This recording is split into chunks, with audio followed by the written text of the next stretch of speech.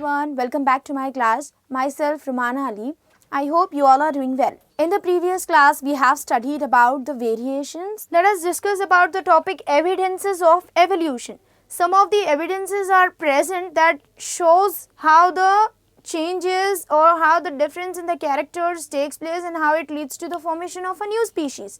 So here we have homologous organs, analogous organs, embryology and fossils. These all provides the evidences of evolution. Let us talk about each one, how they are helping or how they are providing the evidences of evolution.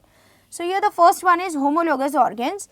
When we see a man, the man has got limbs like hands, and when we see the whales have flippers, and when we see the bats have wings. When you see these organs, when you see the outer appearance of these different organs, they are different. They are not alike. Their function is also different. But when we see the internal anatomy, that is the arrangement of bones of these organs, then it is same. It is alike. The arrangement of the bones of these organs are same in all these organs, what I told you just before. So in the man, hands, whales got flippers and bats has got wings. All these organs are externally different and they perform the different functions, but internally they all are alike. So this provides the evidence of evolution. So the homologous organs are the organs which are different externally but they are alike or same internally.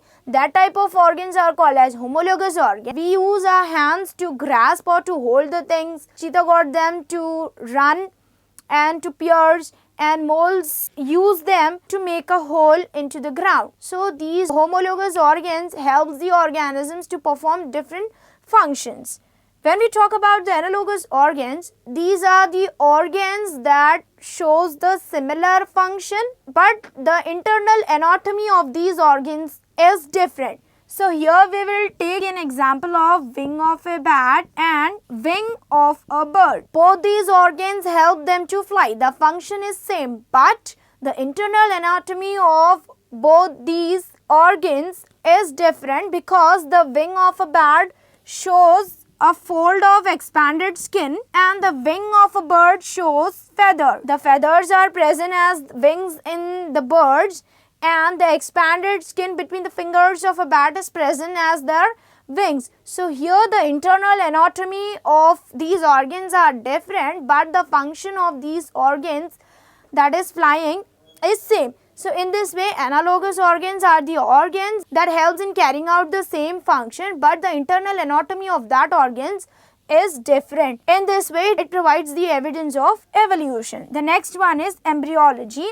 Embryology is nothing but the study of embryos. So when we look at the embryos of humans or frogs or fishes, even the famous embryologist, the great embryologist, it cannot be identified which one is human's embryo and which one is frog's embryo, because all these embryos is of same appearance. Therefore, it is very difficult to identify the different embryos present in the different living organisms. Hence, the embryology strengthens the theory of evolution. The last one is fossils. Fossils are nothing but the dead remains of plants and animals that are buried under the ground. So these fossils are usually decomposed by the bacteria. They are not remain in the mud or in the soil.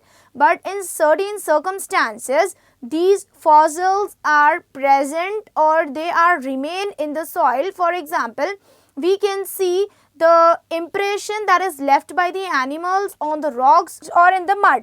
So that impressions that is left by the organisms or the animals will provide an evidence for the existence of an animal. And here we can take one more example, that is the fossils of dinosaur.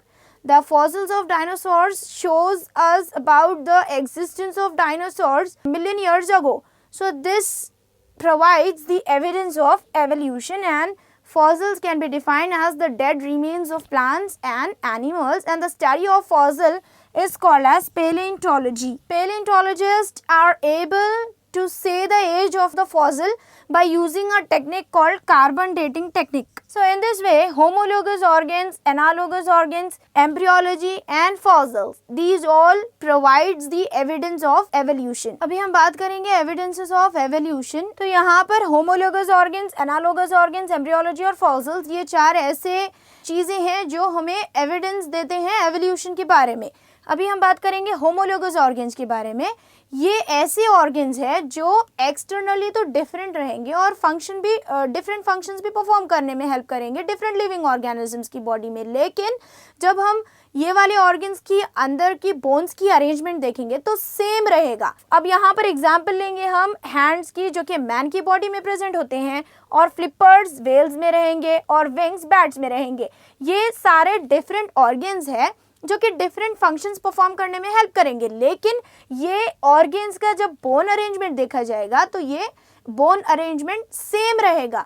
तो इससे हमें पता लग रहा है कि evolution यानी changes होते हैं. सो इसके लिए होमोलोगस ऑर्गन्स क्या है, एविडेंस है एवोल्यूशन के बारे में बताने के लिए. और नेक्स्ट है एनालोगस ऑर्गन्स, ऐसे ऑर्गन्स जो कि एक्सटर्नली तो सेम ही दिखेंगे लेकिन इंटरनली जब हम इंटरनल एनाटॉमी पढ़ेंगे वो ऑर्गन्स का, तो इंटरनल एनाटॉमी जो है डिफरेंट रहेगा और फंक्शन जो है इसका सेम रहेगा.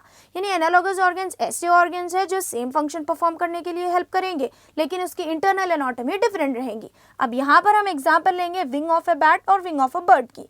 बैट के विंग्स और बर्ड के विंग्स, यहाँ पर विंग्स का काम है हेल्प करना ऑर्गेनिज्म की फ्लाई करने में, तो यहाँ पर फंक्शन तो सेम हो गया लेकिन ये विंग्स का इंटरनल एनाटॉमी जब हम पढ़ेंगे तो डिफरेंट रहेगा. बैट के विंग्स जो है वो एक स्किन एक्सपैंडेड स्किन के बने हुए रहेंगे और बर्ड के विंग्स जो है फेदर्स के बने हुए रहेंगे. नेक्स्ट है एम्ब्रियोलॉजी. एम्ब्रियोलॉजी यानी एम्ब्रियोज की स्टडी को हम एम्ब्रियोलॉजी बोलेंगे. अगर हमारे सामने ह्यूमन की एम्ब्रियो और फिश की एम्ब्रियो और फ्रॉग की एम्ब्रियो लाकर रखेंगे तो हम बिल्कुल भी आइडेंटिफाई नहीं करेंगे.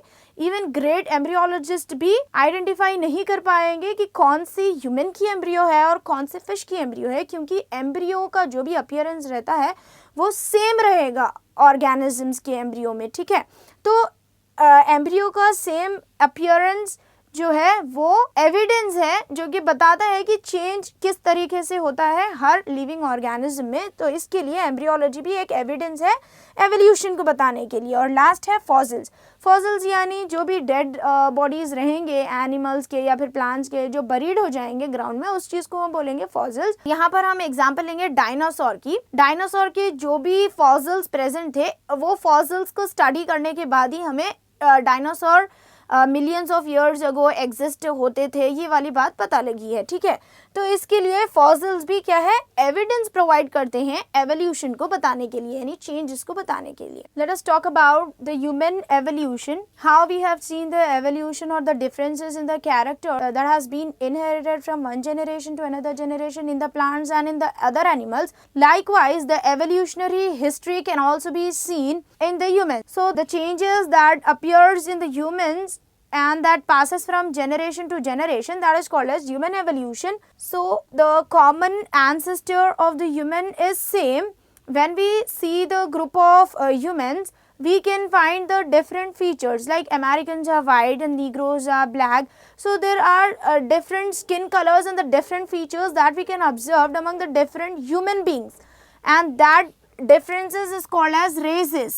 But the DNA will not be different or will not show any variations among the different organisms. So the two human beings of different races can reproduce together. And when we see or when we talk about the steps or the stages that involved in the human evolution, then it shows these stages. The first one is Diopithecus. Diopithecus is a stage which shows the presence of ape-like humans, and when the variations takes place, then it leads to the formation of a second stage in the human evolution, that is Ramapithecus. And here in this stage we can see the appearance of man-like living organisms were present in this era. And after some variations, then one more stage that is called as Australopithecus. This stage of human evolution shows in that period the one who stand erect. The humans, when they able to stand erect, that humans are come under the stage Australopithecus. Then after certain variations, handymans, that is also called as Homo habilis, were exist, and these humans are able to make the tools, so they are called as tool makers. And after certain variations and after the millions of years, then again variations took place, and due to that variation, some of the animals, or we can say humans, are exist, and that humans are able to eat the meat. And the next stage is Homo neanderthalensis. In this period, or after the variations that took place, some of the new characters have been developed in the humans, and they are able to dwell the caves. They are able to make the holes in the caves, and they are called as cave dwellers. The next is Homo sapiens. Homo sapiens are the present man. And the last one is Cro-Magnus, modern man. So these are all the stages that involved or that shows how the human evolution took place. We can say that the humans are of same species with a common ancestor, because if they belong to different races also, they can reproduce this together. So they belong to the same species and they came from the common ancestor. So these are the certain stages that involved or that shows how the human evolution took place, and these stages also shows the cranial capacity. As the human evolution is taking place continuously, the cranial capacity of a human is also increases at every stage. And when we talk about the Homo sapiens, they are the earliest humans that are present, and they are found in the place called Africa. And from the Africa, some of the people moves to Central Asia, then to Eurasia, North Asia or South Asia, and from here they move or they migrate to some other countries like America, Australia. So in this way, the group of peoples migrated from one place to another place, and in this way the human population has taken place in the different parts of the world. And the peoples who are present in these different countries, they show the different races, as I said you before, and they even show some genetic variations also. Even though they show the genetic variations, they can be able to reproduce together. So all the humans are of same species, so all the living organisms that are surviving in this planet, they are living a better life. The humans who are present in this earth, they are living their life in a better way with the variations that they had acquired. So this is about the human evolution. Let us have a quick recapitulation of a lesson, heredity. In this lesson, we have discussed about the heredity, the process of inheritance, and also about the process of evolution. So heredity can be defined as the transmission of characters from the parents to the offsprings, and here in this lesson we have seen that the variations that takes place in the body of the parents or in the DNA of the parents, that can be passed or inherited to the offsprings, and that leads to the formation of a new character. And the Mendel was a famous scientist who have conducted thousands of experiments on pea plants, and based on the observation, he has explained about the two crosses, that is monohybrid cross and dihybrid cross. Monohybrid cross can be defined as the cross between the two individuals that shows the same contrast characters. Means by taking one contrast characters, if the crossing takes place between the two individuals, then that crossing is called as monohybrid cross. And the dihybrid cross can be defined as the cross between the two individuals by taking the two contrast characters. Mendel was a scientist who has given the 7 pair of contrasting characters in a pea plant, and that characters are responsible for showing the variations in the offsprings. And one more thing, the Mendel has explained that if a character needs to be expressed, then the seeds should have 2 factors, or we can say it as genes. The genes are responsible to express the character in an individual. And he also said that the characters are always transferred from parents to the offsprings, and between these two genes or two factors, one factor is always dominant over the other.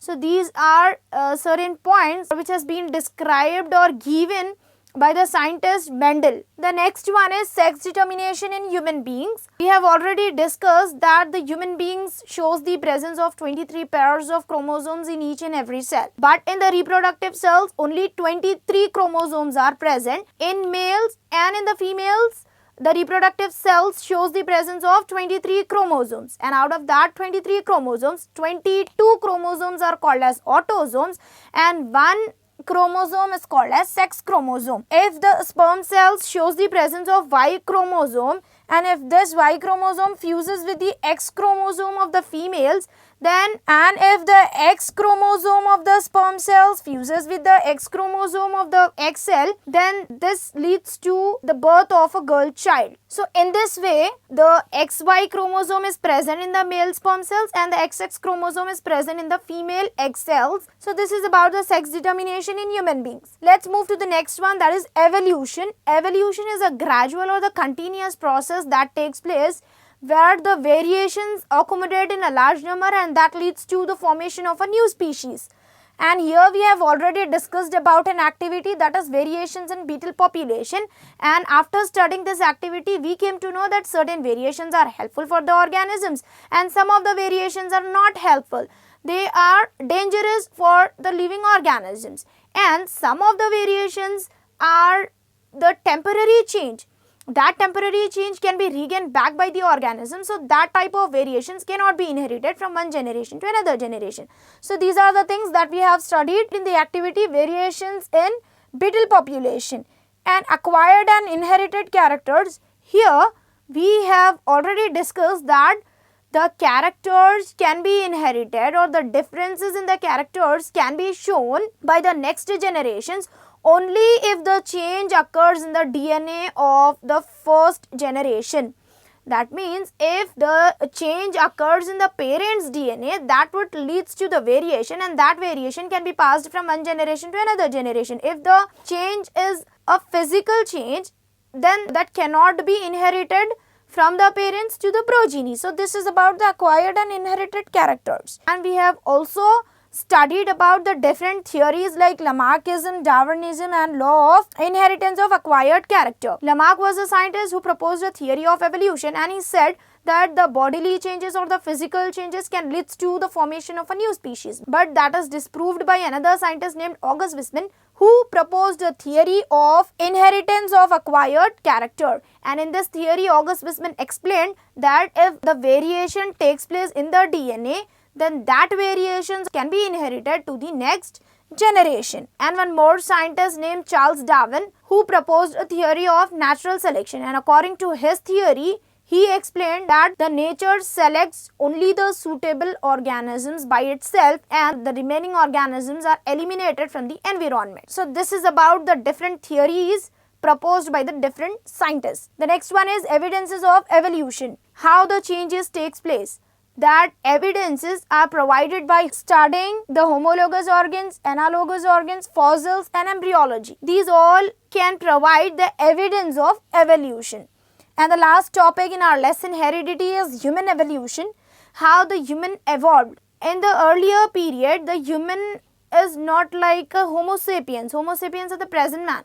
They are like the apes. So after the variations takes place for millions and for thousands of years, then the ape-like animals, after the variation takes place, evolved like a modern man in the present period. So this is about the lesson heredity from parent to progeny. Here our lesson ends. I'll be back with a new lesson in the next session. Thank you.